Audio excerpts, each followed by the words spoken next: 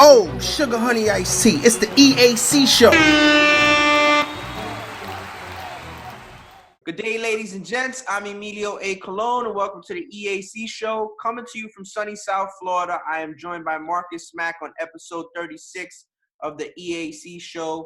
Here on the EAC Show, we want to send out a condolence to the Shula family.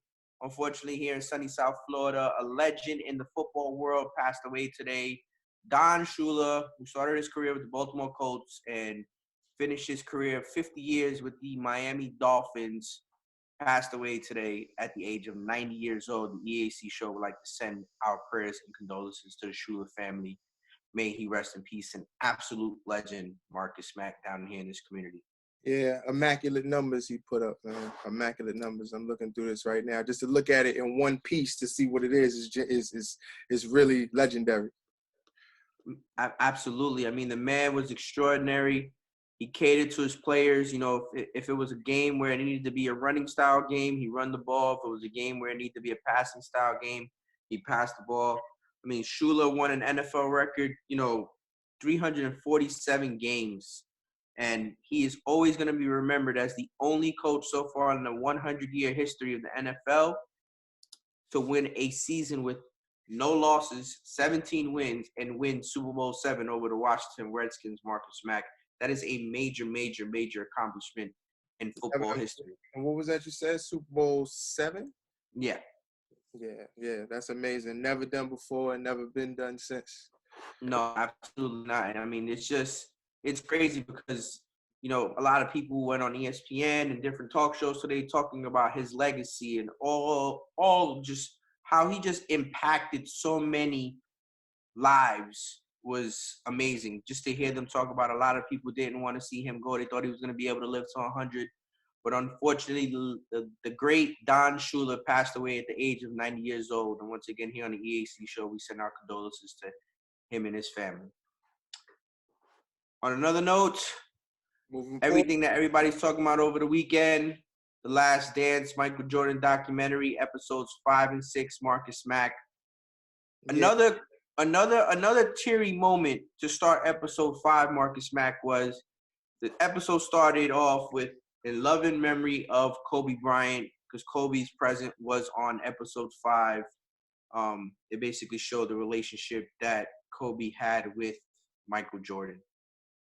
Yeah. Every step along this journey here, as we watching The Last Dance, seems to get more and more iconic. I'm saying, so that was definitely a big thing. I mean, Kobe in the episode was, wet behind the ears kid. They showed Michael Jordan talking a little bit of junk in the locker room about how Kobe doesn't really like to pass the ball and he likes to take the game over and this, that, and the third and blah, blah. But in all actuality, Kobe reminded Michael a little bit of him. So yeah, I think that's why they related so much. Especially on a competitive note, like they both was just, monsters, and they wanted to win. The both of them. Absolutely. I think the best part of that episode and that segment with Kobe Bryant was when Kobe had let off that, Michael had gave him some tips because he had asked a question. Michael was being very detailed on what tips he was giving him.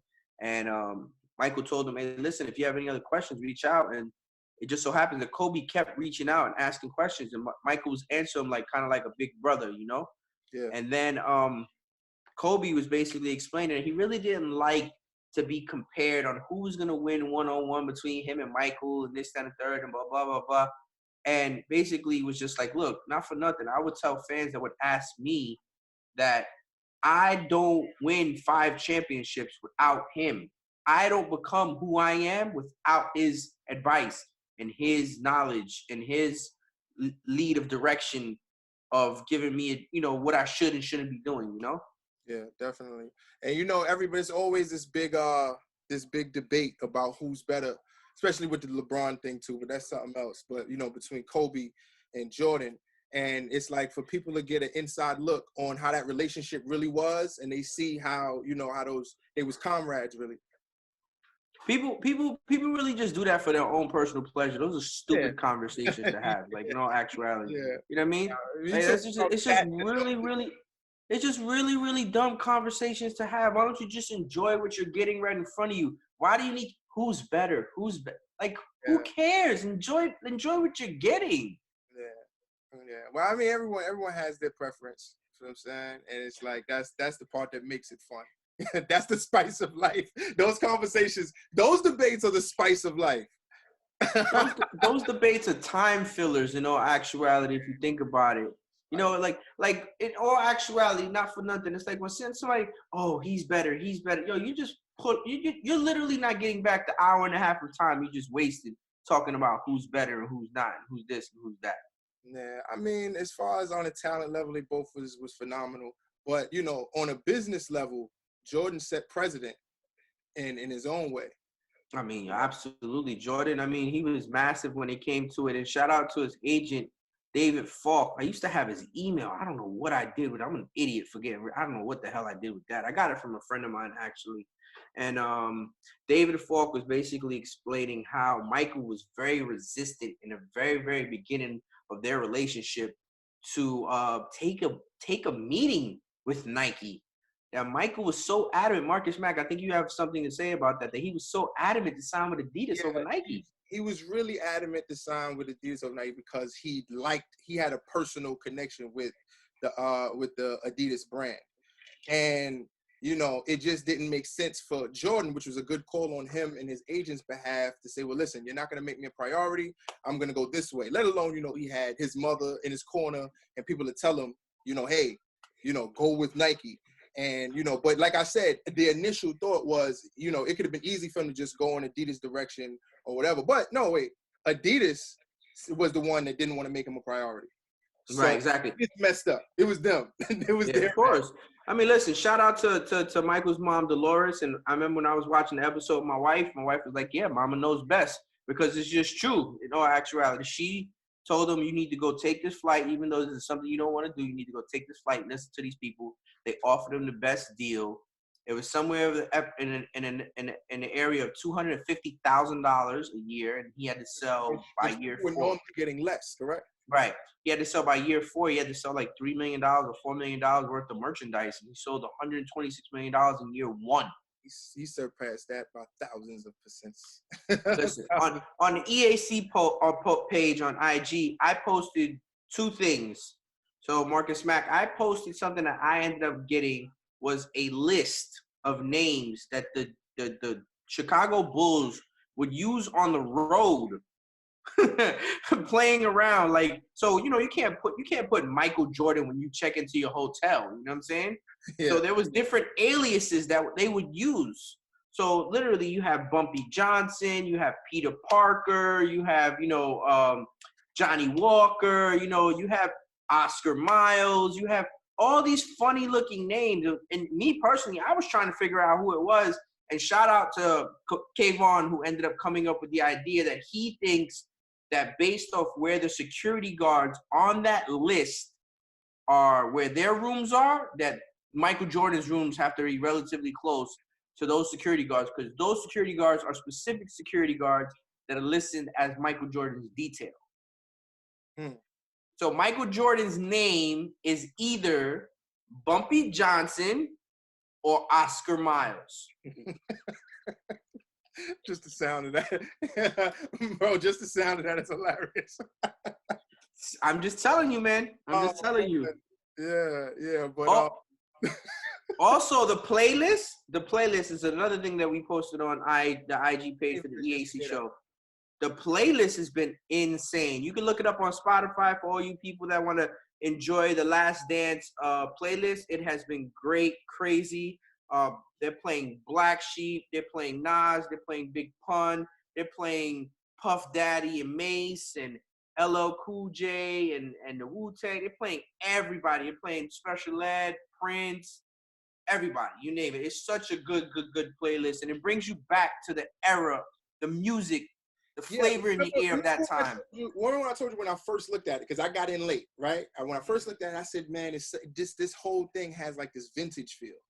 You know, even from how it looks, obviously because of the old footage, but the way it's put together gave you this vintage feel, like it really connected with you. And I think that got a lot to do why everybody's so on this right now. Like everybody's loving it. I know I'm enjoying it. Now, in episode 6, it starts to lead a little bit towards, you know, how Michael was retiring, then it goes back to 1991, and then it leads into 1992, which is this famous year of the 1992 Summer Olympics with the original Dream Team that Isaiah Thomas, Mr. Sauer, was left off of. So it starts to lead into that, and when it leads into that, it shows the height of how Michael Jordan, the Chicago Bulls, and his excellence lift basketball into a whole nother stratosphere, right? And then when it lifts them into the whole nother stratosphere, it starts to show in episode 6 how the media starts coming after Michael. Like, they really want to come after Michael, and they want to just bring Michael down. And they start attacking him to the point where he starts silencing the media, doesn't want to talk to them, and this, that, and third. But I know you know about this, Marcus Mack, and I'm definitely gonna put this up on the IG page. Today, a client of mine, and we were just talking about the show a little bit, going back and forth from the iconic Gatorade commercial, Like Mike. If I Could Be Like Mike came on, and we just started singing it. It made you feel like a little kid. Yeah, especially when you have a real experience from that era, it makes you feel it. But the crazy thing is that kids that's younger that wasn't there for that, they even feel it. Right. That's how you know it's powerful.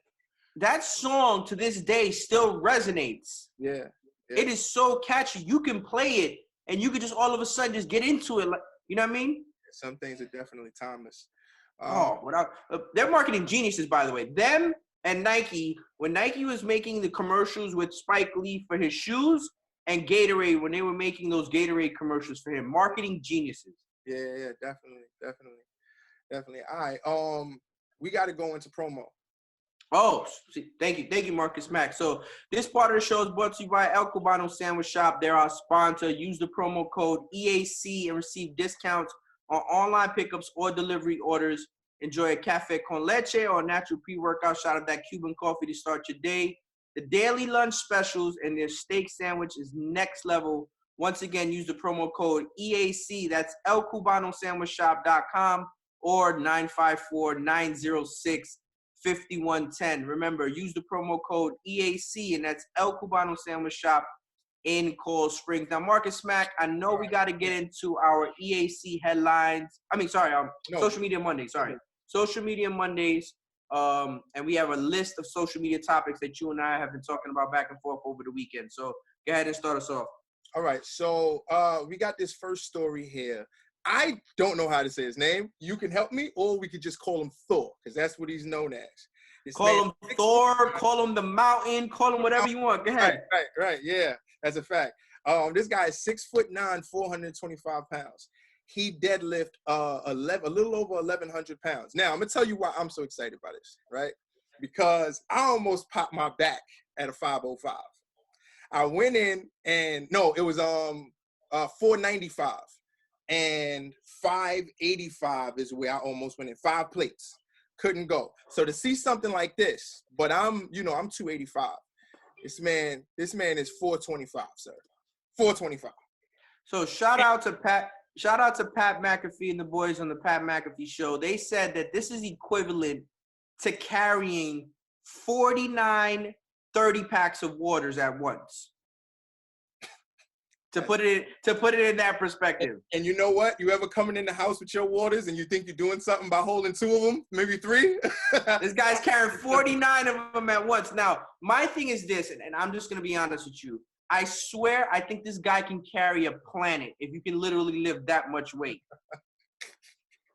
He literally could take he could take Venus and put it on his back and just carry it with him. Right. He should make T-shirts like that. Right. Yeah. Well, you hear what they call them, the Mountain.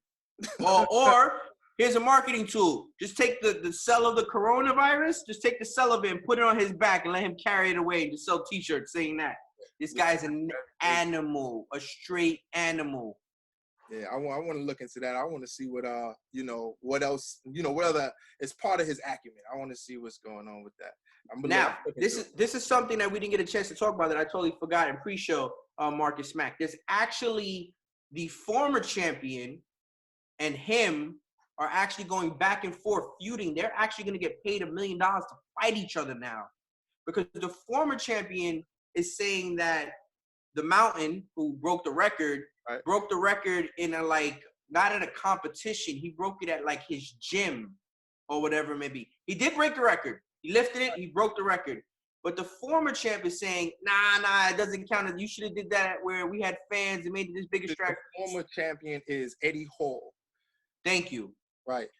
So Eddie Hall is saying, you should have did it in a competition. You should have did it this way. So you know what? He's pissed off. So they're going back and forth beefing. So supposedly some company is going to pay them $1 million to fight each other. And you know what? I think they could get more than that. Perfect. Listen to me. Perfect name for the fight. When gods collide. That's it. Yeah. Because these men are mammoths, like huge, really huge. It's like putting Shaq and Jordan together. How tall is Shaq? 7'7". It's like he's 7'1", 7'2", or something like that. Yeah. And Mike was what, 6'6"? Yeah. So take someone a little bit shorter, like Mike, and just put Shaq's weight on him. Monster. Yeah. I'm definitely looking forward to the Mountain and Ed. What's his name? Ed Wolf. Eddie Hall. Eddie Hall. Sorry, Ed Hall. Looking forward to the Monster. He set the record in 2016, and now 2024 years later. Looking forward to them two fighting. They're literally gonna create a new galaxy when those two fight. All right. Let's get into social media Monday. Topic number 2. Okay. So the NFL cancels games internationally. So let's talk to me more about that. Well, the NFL normally has games. They usually have 2 or 3 games in London per year, and then they try this Mexico City game every year or every other year. They try it, but obviously because the coronavirus pandemic, they're not going to be going overseas, and they're not going to be going to Mexico. I know for a fact that the NFL is releasing their regular season schedule on Thursday, so we'll have some stuff to talk about on Friday's show. Obviously, these teams end up getting back their home games.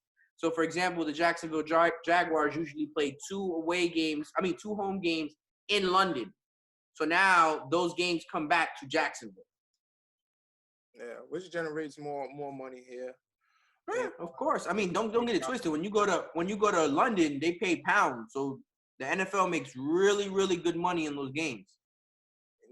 Indeed. You know who stock is definitely going up? It's going to go up no matter what. Tampa Bay. And everything around Tampa. Did you see him on social media today? He's literally training in his backyard wearing pads and a helmet. He took off the New England Patriots logo. He has it off. He took it off and he's training in his backyard. Yeah, man. Yeah, that's huge, man. That's huge. I think that's why that's the first thing that came to my head, because I was just talking to somebody about that today. I said, there's going to be a whole lot of money around that area. Tampa, St. Pete. There's going to be so much attention coming down to Tampa. Absolutely. So a lot of stuff will be going on. I mean, Tampa's going to be the spot. I'm glad these places are getting their home games back. The NFL, like I said, will release their regular season schedule on Thursday, so we'll have some stuff to talk about on Friday's show. And that's pretty much it with the NFL. What's topic number 3, Marcus Mack? All right. So the next topic for Social Media Mondays is Alex Morgan, Megan Rapinoe vow to push forward after the U.S. Women's National Team legal setback. Emilio. Hey, got a good read. He read it right. Yay. Go to Marcus Mack. For you people that don't know, viewers and listeners, Marcus Mack will literally read whatever's on the paper. He's like Ron Burgundy. So I didn't specify women's national team. I didn't write it out. I literally just sent it USWNT. So shout out to Marcus Mack for reading it right. And you know what? When I freestyle it, it's always smooth though. Yeah. My transitions are immaculate, sir. So Marcus Mack, as we spoke on on the last episode, on episode 35, about the U.S. Women's National Team, they weren't going to give up the fight. I mean, obviously, a federal judge ruled against them in the fight against U.S. Soccer, saying that U.S. Soccer is not discriminating because of gender. So, the women are still going to appeal, and they're going to sit there and they're going to try to get the equal pay that they deserve They're literally trying to fight for $66 million in damages with the Equal Pay Act. I mean, Megan Rapinoe, Alex Morgan, Celia LaRue, all of them that filed this lawsuit against U.S. Soccer, they have a great point, man. It's not their problem that, they get paid for every match that they play in. And then if you have, like, let's say, for example, you have a woman that she gets $1 for every game she plays. She plays 10 games, so she gets $10. But then you got a guy who makes, $3 every time he wins, but they only win 3 games. So, yes, she made more money playing 10 games than he made, winning 3. That's not their fault. It just, it's stupid. It's real dumb. You need to pay them equally. You need to get on the same page. And Joe Biden, who's the Democratic president nominee, is saying that if he becomes president of the United States, that if U.S. Soccer doesn't get their stuff together, he's going to limit funding for U.S. Soccer for the next World Cup, for the Men's World Cup. So, I mean, U.S. Soccer better cross their T's and dot their I's, because if not, if Joe Biden becomes president, they ain't getting bread.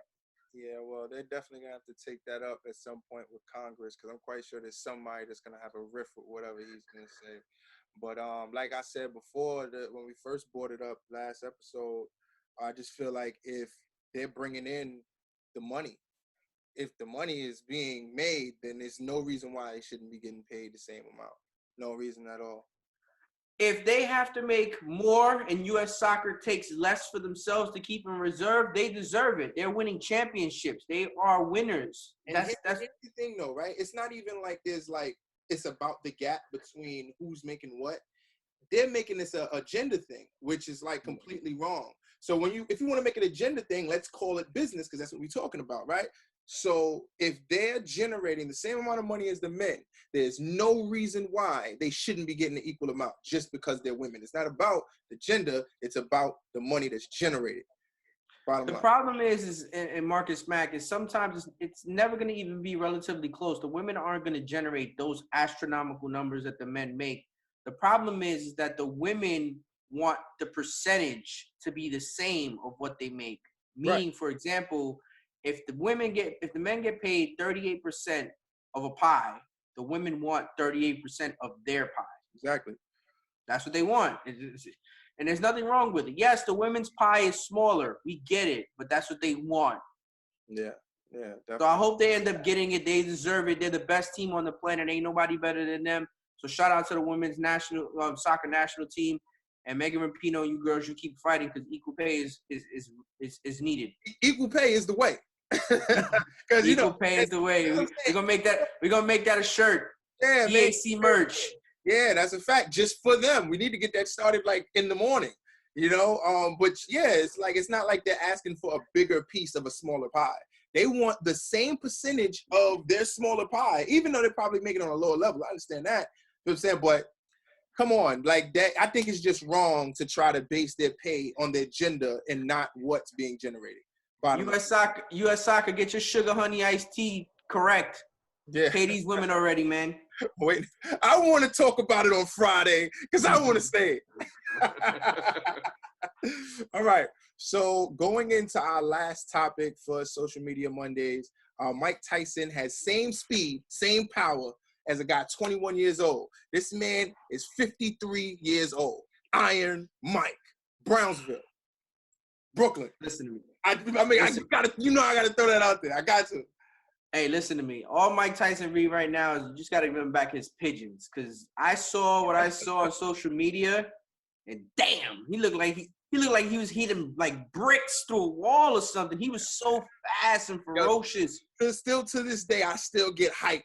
I get hyped because you hear a lot of stuff because Mike Tyson has his podcast, stuff like that, and you see the type of person he is. You understand what I'm saying? Which is very powerful. So for him to come now and still showing you what he got on that bag and what he could do to somebody in a ring at 53 years old, like, you see how powerful this man is for real. He's powerful, not just mentally, he's powerful physically.